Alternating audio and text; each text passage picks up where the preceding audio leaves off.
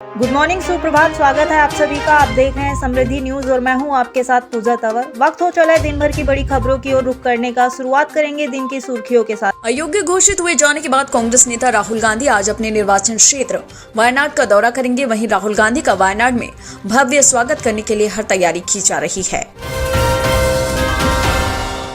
अमृतपाल सिंह का दोस्त पपलप्रीत सिंह पंजाब से गिरफ्तार हुआ। आपको बता दें, होशियारपुर से वो पकड़ा गया।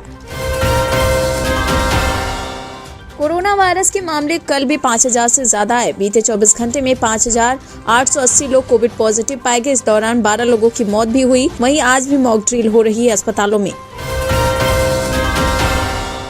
लोकसभा चुनाव से पहले सिक्किम में बीजेपी को बड़ा झटका लगा। सिक्किम बीजेपी के उपाध्यक्ष एसबी कार्की और सचिव लातेन शेरिंग शेरपा ने पार्टी से इस्तीफा दिया। कांग्रेस नेता शशि थरूर ने पार्टी छोड़ बीजेपी जाने वाले नेताओं से निराशा जताई और कहा कि वे डार्क साइड में कैसे जा सकते हैं।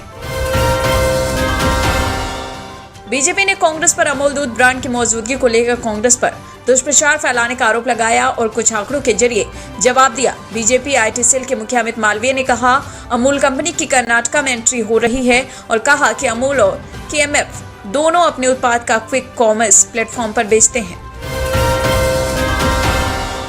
अमित मालवीय ने आगे कहा कि 2019 में राज्य में बीजेपी की सत्ता आने के बाद केएमएफ का टर्नओवर 10,000 करोड़ बढ़ गया। 2022 में कंपनी का टर्नओवर 25,000 करोड़ था, जिसमें से 20,000 करोड़ रुपए कर्नाटक के किसानों के पास वापस गया है। भारतीय सशस्त्र बलों के जवानों ने विकलांगता पेंशन की जांच के लिए पैनल का गठन किया। इस इंटर सर्विस पैनल की अध्यक्षता आर्मी के एडजुटेंट जनरल करेंगे। कांग्रेस के पूर्व नेता गुलाम नबी आजाद की ओर से राहुल को लेकर की गई टिप्पणियों पर अब बीजेपी ने जवाब मांगा। बीजेपी ने कहा, राहुल गांधी बताएं कि वो विदेश में किन बिजनेसमैनों से मिलते हैं। राहुल गांधी की इसी ट्वीट पर गुलाम नबी आजाद ने गांधी परिवार की पोल खोलकर रख दी। इंटरव्यू देते हुए गुलाम ने कहा कि गांधी परिवार के लिए मेरे भीतर बहुत सम्मान है। मैं परिवार के खिलाफ कुछ नहीं बोलना चाहता। शरद पवार ने कहा कि देश में बहुत सारे ऐसे मुद्दे हैं जिन पर बात करने की आवश्यकता है। उन्होंने पीएम मोदी की डिग्री कोई पॉलिटिकल मुद्दा नहीं है कहा। पवार ने आगे कहा, देश में बेरोजगारी, कानून व्यवस्था और महंगाई जैसे मुद्दों पर ध्यान देने की जरूरत है, मगर आजकल कॉलेज डिग्री को लेकर सवाल किया जा रहा है। मोहन भागवत ने कहा कि भारत ने हाल के समय में बहुत कुछ हासिल किया, मगर विश्व स्तर पर इसके बारे में दुष्प्रचार किया जा रहा है। उन्होंने कहा, भारत अगले 20 से 30 सालों में विश्व गुरु बन जाएगा।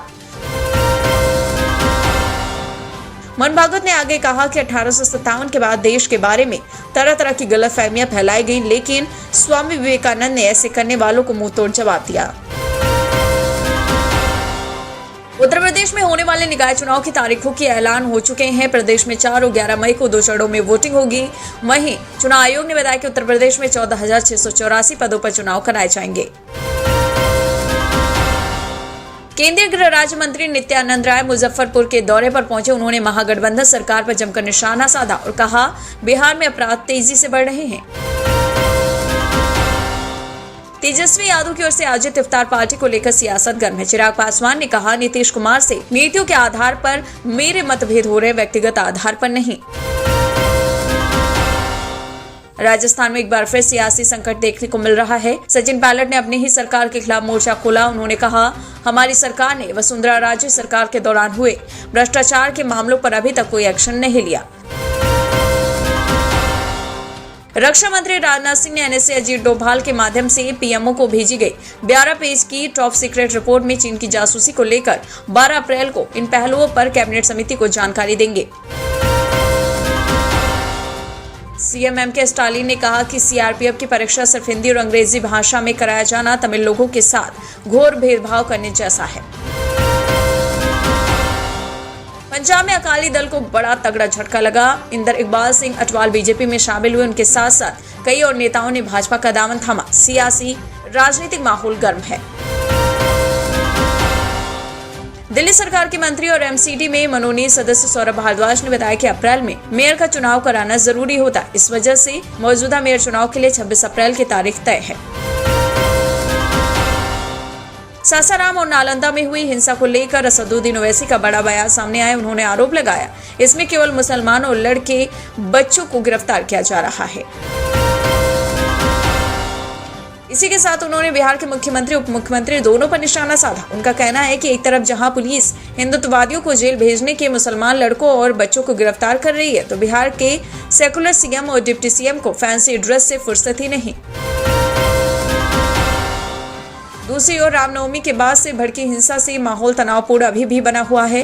हाल ही में खबर आई थी कि नालंदा के बिहार शरीफ में हुई दंगों की साजिश पहले ही रची जा चुकी थी। ये भी दावा किया जा रहा है कि रामनवमी से पहले एक व्हाट्सएप ग्रुप भी बनाया गया था जिसमें 457 लोग शामिल थे। केंद्रीय गृह मंत्री अमित शाह फिर से बंगाल दौरे पर आ रहे हैं। बीजेपी सूत्रों की माने तो वो 14 अप्रैल को कोलकाता आएंगे। हालांकि कोलकाता में अमित शाह का क्या प्लान है, अभी तक ये जानकारी सामने नहीं आई। उमेश पाल मर्डर केस को लेकर इस बार प्रयागराज सीट की खूब चर्चा है। वहीं सूत्रों की माने तो बसपा ने प्रयागराज से माफिया अतीक अहमद के परिवार को फिर से मेयर का चुनाव लड़ने का ऑफर दिया है। पार्टी की ओर से अतीक के छोटे भाई अशरफ की बीवी जैनब उर्फ रूबी को चुनाव लड़ने का प्रस्ताव दिया गया है। अनिल विज ने कहा कि राहुल गांधी सारा दिन अडानी अडानी करते हैं। देश को बताएं तो कि क्या लगता है उन्हें अडानिया फीवर हो गया है। केंद्रीय मंत्री पशुपति पारस ने नीतीश कुमार पर जमकर निशाना साधा। नीतीश कुमार ने बिहार के लोगों को धोखा दिया। वो रातों रात बीजेपी का साथ छोड़ आरजेडी गठबंधन में शामिल हो गए। वजीराबाद नाले की सफाई के दौरान उपराज्यपाल वीके सक्सेना ने कहा कि केजरीवाल सरकार का कोई मंत्री अगर उनके कामों का क्रेडिट लेना चाहता है तो ले सकता है। अब उपराज्यपाल वीके सक्सेना के बयानों पर दिल्ली सरकार में मंत्री सौरभ भारद्वाज ने उन पर निशाना साधा। कहा, उपराज्यपाल दिल्ली सरकार के कामों का क्रेडिट ले रहे हैं, जबकि दिल्ली सरकार वही काम पिछले कई सालों से करती आ रही है। राजस्थान की सियासी कला पर बोले कपिल सिब्बल कि कांग्रेस का सरदर्द फिर से लौट आया है।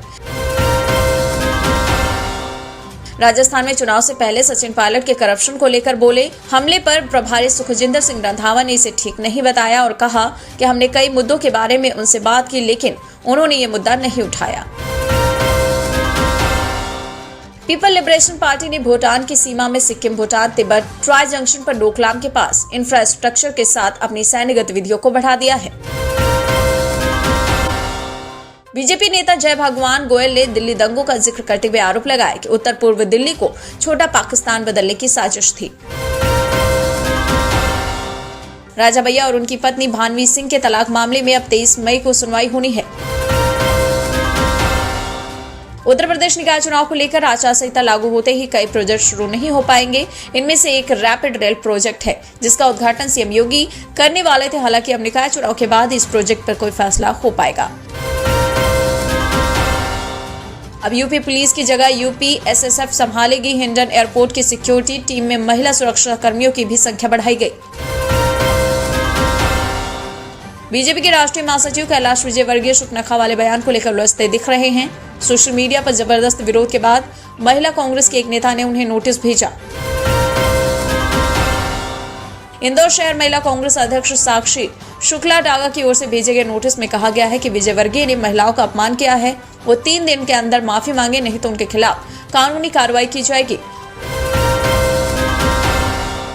पटना एयरपोर्ट अब जल्द दिखेगा और हाई क्लास। बता दें, अगले साल तक तैयार हो जाएगी नई टर्मिनल बिल्डिंग। बिहार में एक बार फिर से कोरोना वायरस ने डराना शुरू किया। पिछले 24 घंटे में 42 कोरोना पॉजिटिव मिले। अकेले 14 पटना जिले से हैं। वहीं आपको बता दें, पटना के पीएमसीएच में अब तक 4 डॉक्टर कोरोना पॉजिटिव हुए हैं। वहीं आज और कल अस्पतालों में मॉक ड्रिल। इस संबोधन में बोले यूक्रेन के राष्ट्रपति जेलेंस्की, हमें यकीन होना चाहिए कि बुराई हार जाएगी। भारत में बाघों का शिकार करना भले ही अवैध, फिर भी मांग बहुत ज्यादा। रिपोर्ट में खुलासा कि भारत में दुनिया की 70% बाघ आबादी है। मनीष कश्यप को सुप्रीम कोर्ट से राहत की उम्मीद। एनएसए लगने पर जल्द जमानत पर छूटने की उम्मीद। मनीष कश्यप अभी तमिलनाडु के जेल में बंद हैं।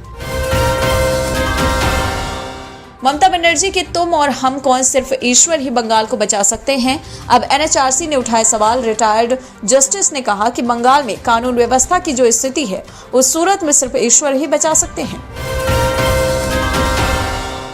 केंद्रीय गृह मंत्री अमित शाह ने ब्राइवेंट विलेज प्रोग्राम की शुरुआत के अरुणाचल में चीन की ओर से अरुणाचल के 11 इलाकों का नाम बदले जाने के बाद शाह का ये दौरा काफी अहम माना गया। हल्द्वानी जेल में एक साथ 54 कैदियों के HIV पॉजिटिव आने की बात सामने आई तो जेल के अधीक्षक ने कहा कि कैदी पहले से इंजेक्शन से नशा लेने के आदी थे। बीजेपी के नेता और जनजातीय मामलों के राज्य मंत्री विश्वेश्वर टूडू के नए दावे पर बवाल शुरू हो गया। उन्होंने कहा कि संघ लोक सेवा आयोग द्वारा चयनित अधिकारी डकैत होते हैं।